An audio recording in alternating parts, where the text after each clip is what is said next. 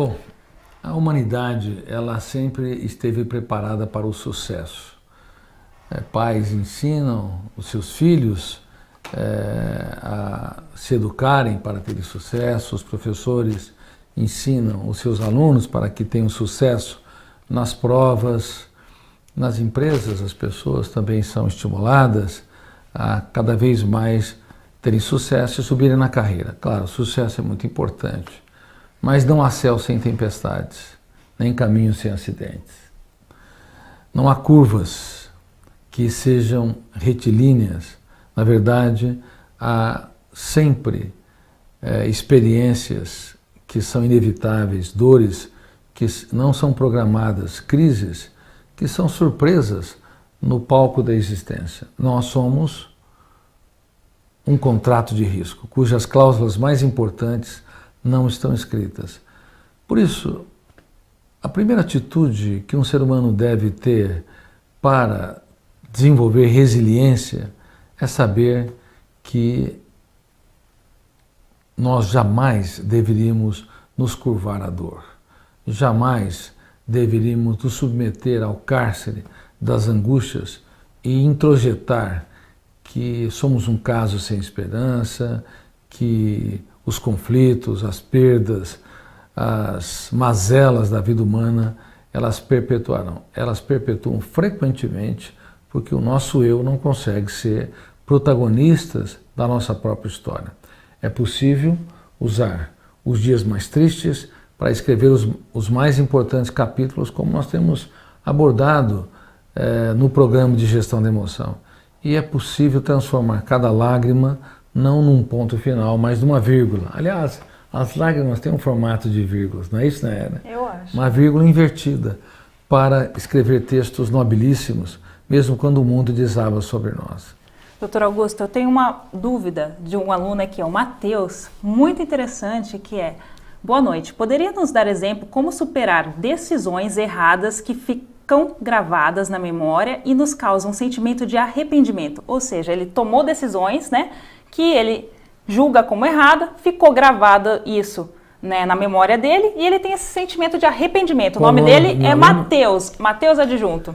Querido Matheus Adjunto, muito obrigado pela sua pergunta. Você nunca muda o passado. Você usa as ferramentas de gestão da emoção para reciclar o seu presente e mudar o seu futuro. O que você não pode fazer é ter um sentimento de culpa atroz em relação ao passado. O sentimento de culpa brando, ele estimula o eu a corrigir rotas. O sentimento de culpa intenso, ele é escravizante, ele é depressor, ele é estrangulador do prazer de viver. Por favor, nunca você se puna excessivamente. O sentimento de culpa brando, ele é muito pedagógico, intenso, ele é destruidor. O que você deve fazer? Por favor, seja um ser humano melhor hoje, dê o melhor de si para que os outros sejam felizes, abrace mais, pelo menos faça 3 elogios por dia para as pessoas que você convive, para as pessoas que você ame, e saiba que você é um ser humano imperfeito convivendo com pessoas imperfeitas. Se você quiser conviver com pessoas perfeitas, é melhor você mudar de planeta sozinho, porque isso não vai acontecer. E se você achar que você é um ser humano de seu menor valor porque falhou, você não está usando as ferramentas de gestão da emoção de maneira adequada. Porque as ferramentas de gestão da emoção não é para você se punir, é para você escrever os capítulos mais nobres da sua história nos momentos mais difíceis. Use a sua dor, use a sua crise, use a sua estupidez passada, use a sua arrogância, enfim, os seus erros do passado, não para você se tornar alguém sem oxigênio. Pelo contrário, para que você corra mais solto em direção ao seu futuro e possa transformar o mundo, pelo menos o seu mundo. Bárbaro, bárbaro, doutor Augusto. A próxima aluna é a Manu Piara. Ela perguntou: a frustração pode gerar a estafa emocional? Veja bem, o pensamento, ele não é concreto, o pensamento é virtual. O pensamento consciente, tanto dialético, esse que copia os símbolos da língua, quanto antidialético, que é o pensamento imaginário, que é o mais complexo, que os grandes pensadores usaram intuitivamente para produzir suas notáveis ideias, como Kant, Hegel, Agostinho, Sartre, ou os físicos como Heisenberg, Newton, Einstein, enfim, eles usaram o pensamento antidialético, que é o pensamento rebelde aos códigos da língua, é o pensamento imaginário. Difícil de ser controlado, mas ele nos leva a enxergar o mundo com outras possibilidades. Mas ele é virtual. E o pensamento dialético, que esse nós usamos para dialogar, para debater, para escrever, é o pensamento que usa os símbolos, portanto é o pensamento mais lógico, mais bem formatado, mas é o mais pobre. Eu posso falar com mais tranquilidade, porque eu, com muita humildade, escrevi mais de 3.000 páginas sobre esses fenômenos. Os alunos devem estar perguntando, somos virtuais ou reais? E além disso, eu produzi também uma teoria sobre o processo de formação de pensadores, exato, não apenas sobre a formação de pensamentos. Somos virtuais ou reais? Nós somos reais, porque o eu, embora use o pensamento virtual para pensar no futuro ou resgatar o passado, o eu está no limbo, está na transição entre o real e o virtual. Você é real, porque o teu eu, ele materializa os pensamentos no território da emoção. Eu sei que isso é uma das fronteiras mais complexas da ciência, mas quando você dá credibilidade a um pensamento virtual, por exemplo, as pessoas não gostam de mim, ou eu não tenho capacidade para conquistar meus colegas de trabalho, ou para ser alguém criativo, quando você dá crédito, você materializa o pensamento virtual, ele se torna a sua realidade. Uhum. Por isso que nós pedimos que o DCD se torne uma ferramenta com emoção. Eu duvido de cada ideia perturbadora, eu duvido que eu não consigo reciclar a minha fobia, eu duvido que eu não serei diretor do meu próprio script, eu critico minha fragilidade, eu critico minha emoção tensa e eu determino ser protagonista da minha própria história.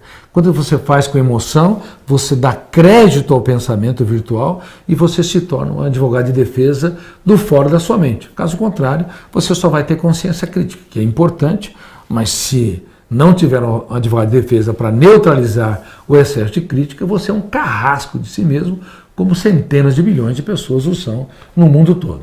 E agora, outra dúvida sobre o aluno aqui. Vamos lá. Como diminuir a dependência de ter uma companhia? Né? Me sinto muito frustrado porque não tenho uma companhia, não tenho uma pessoa junto. Né? E quando ele também fala assim que também se frustra muito porque com qualquer grosseria ou decepção. Ele é o Gustavo Broca. Querido Gustavo Broca, isso. Estamos na era da solidão. Existe a solidão social, onde as pessoas estão em meio à multidão e se sentem sós. Existe a solidão intrapsíquica, onde as pessoas se abandonam. Se a sociedade te abandona, a solidão é insuportável, mas se você mesmo se abandonar, ela é intolerável.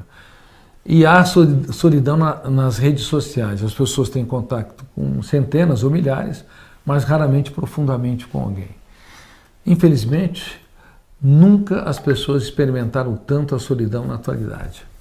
Por isso, eu te peço, se você não namora alguém, se você não tem um parceiro ou uma parceira, namore a si mesmo. Se você for um bom companheiro, um bom amigo, se você aprender a se abraçar e cobrar menos de si, se você aprender a se elogiar e contemplar mais o belo, você vai saber que se você namorar a vida, ela vai se tornar um espetáculo único e imperdível.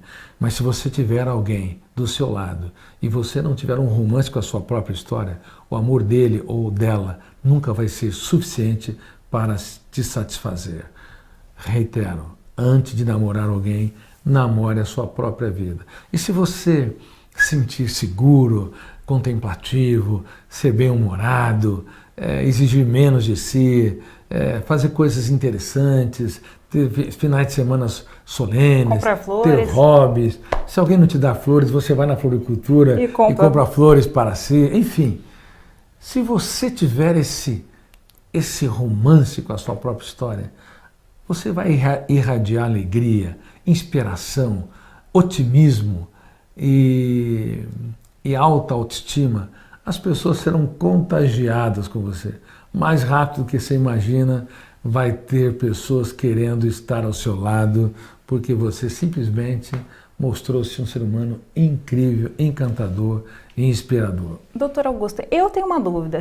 Você acredita que se a gente trabalhar mais a nossa autoestima e a nossa autoimagem, isso estrutura e nos ajuda para lidar melhor com as frustrações? Nos ajuda muito. Uma pessoa que tem baixa autoestima, ela não tem proteção emocional. Pequenos problemas têm um impacto muito grande. Ela desenvolve a síndrome tri-hiper, ou seja, hiper preocupação com a imagem social. Se alguém ofende, critica, rejeita, o impacto é enorme. Hipersensibilidade, ou seja, o eco dos estímulos estressantes também é muito grande. Não apenas a preocupação com a imagem social, mas também intolerância a frustrações. E a outra hipersensibilidade, uma pessoa que tem baixa autoestima, ela é hiperpensante, a mente é muito agitada, ela se autofrustra. Como eu lhes disse, se autocobra e se autopune. Então, síndrome tri-hiper, hiperpreocupação com a imagem social, hipersensibilidade e hiperagitação mental ou hiperprodução de pensamentos. Então, a autoestima não é mais uma característica banal que no passado nós considerávamos. Ela é uma característica muito importante. Uma pessoa sem autoestima não ousa, não empreende, não entende que quem vence sem riscos triunfa sem glória. Ela fica preso no seu casulo.